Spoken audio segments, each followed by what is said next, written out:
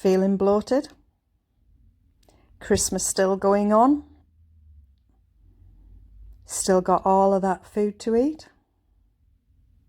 Still got all of those chocolates and sweets to eat? I mean, how many more can you really eat? Apparently, you can still eat them all, apart from them ones. There you go. What about the biscuits? Yeah, that was full before we started. Maybe another biscuit will help. Oh, no it won't, because we've only got Kit Kats left. Okay, enough. Let's stop right there.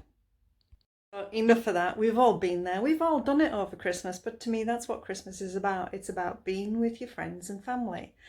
And, you know, if you can't do it at Christmas, then when can you do it? You know, it's a really, really, for me, a really relaxing time for me to just kick back and take away all the pressures and stresses of thinking about what I'm eating. I do that for 40 odd weeks of the year. You know, we've all got to have a break at times. And for me, I stay off plan from Christmas Eve all the way through to New Year. And that is how I've done it for years now. And I think it really does help me with a mindset when I come back into the new year. So the big question is, how are we going to get back on plan? How are we going to stay on plan? How are we going to stay focused? You know, what tips and tricks are there? How we're going to set goals and all of those things. Well, we're not going to tackle all of them today. I think the main thing everybody is going to do is go, God, I need to get back on plan. So first and foremost, this video is only about let's get back on plan. And one of the things I really don't think you should be doing is rushing out and binning all of the food or getting rid of what is called bad food. There is no good or bad food. Some food is just higher in calories and it needs eating in a smaller quantity. That's it, okay? So let's not start binning the food just yet. And let's think about how we're going to get back on plan. So I'm going to go and show you now how I actually get back on plan after Christmas or after any event really. It's the same rules all the way through.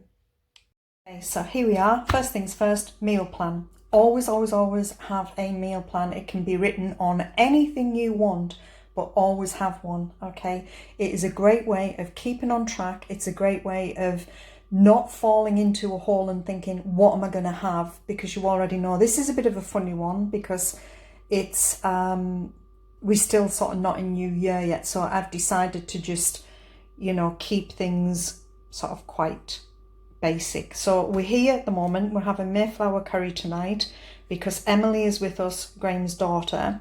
Monday I'm at the dentist, so that's going to be a bit of a funny one for me. I don't even know how much I'm going to be able to eat, so I'm just use all the leftovers. Start looking basically at all of those foods that are higher in calories that maybe I wouldn't eat on a normal day when I'm looking to be more on plan.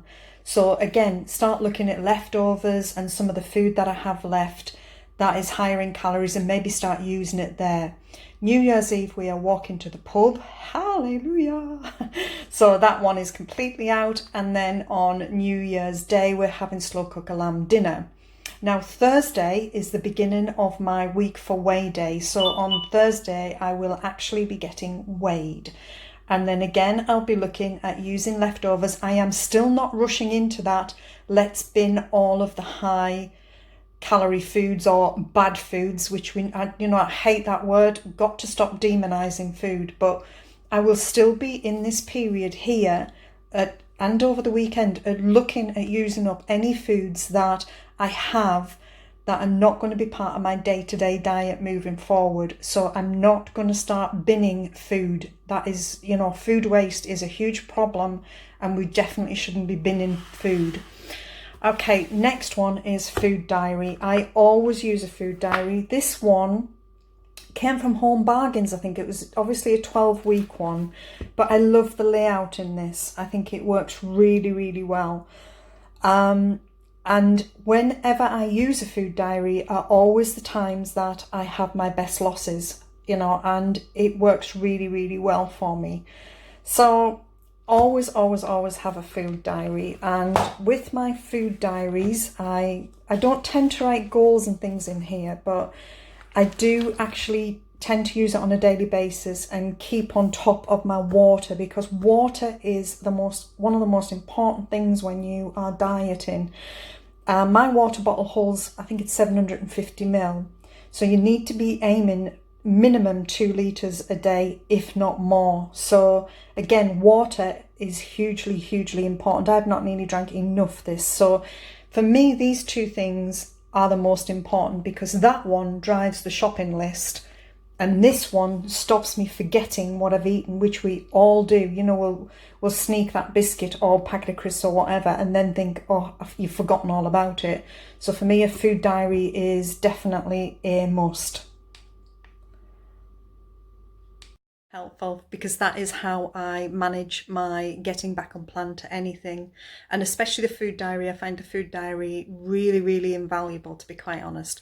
Now, one of the things that I do different to probably a lot of people who follow Slimming World. Now, on Slimming World, the sins can vary per day, but it's usually about 15 sins a day. I don't actually track my sins daily, I track them weekly. And the reason for that is because when I first started with Slimming World, I failed 4 times. And this was when the kids were little, you know, they were sort of 6 and 8 or whatever they were at the time. And I really struggled with the weekends that they were with us. I had a really busy job. I was on the road all the time. Then we would have Tom and Molly at the weekend, and they, you know, they would want pizza. They were kids, you know, I'm not going to deny them of that. And, you know, I wanted to be able to join in with that and have fun with them. And I struggled and I struggled and I struggled, and I failed, as I say, about 4 times with it all. So what I decided to do was, I came across it, I think it was on a Facebook page, where somebody was actually counting their sins weekly. So I start with 105 sins, and then I deduct everything that I eat. So I will, you know, if I have half a bottle of wine, for instance, I will say that is 15 sins. Or if I have a Kit Kat, it'll be X amount of sins, 6 or whatever it is, you know, or just whatever. But everything I eat is deducted from that 105. So through the week, it gives me wriggle room over a weekend.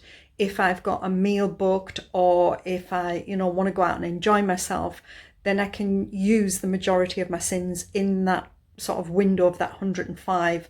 And if I'm left with 30 or 40 sins for the rest of the week, then so be it. If I go over slightly, then it's not really an issue. But that is how I do mine. I know there is something called flexible sins, but to be quite honest with you, I have never ever got away with that. I find this way that I works for me. I'm not saying that it's going to work for everybody, because it may not, but for me, starting at 105 on a Thursday after weigh day, and then deducting everything that I eat or everything that I drink that is alcoholic, or anything that I drink that carries a sin value, and deducting it, works for me perfectly. So that is my first video on this, and I hope it's helped. You know, if you've got any questions, please drop them below wherever you're watching this, and I will get back to you. I am going to do another video next week, and I think probably next week, by the time we've all been on Planner Week, it's going to be about, you know, sort of how to keep motivated, the top tips that are going to keep us there, and maybe some little hacks that, you know, will help us get through the week a little bit better than maybe the week we've just had. Anyway, I hope you all have a great time, and I will catch up with you later. Bye.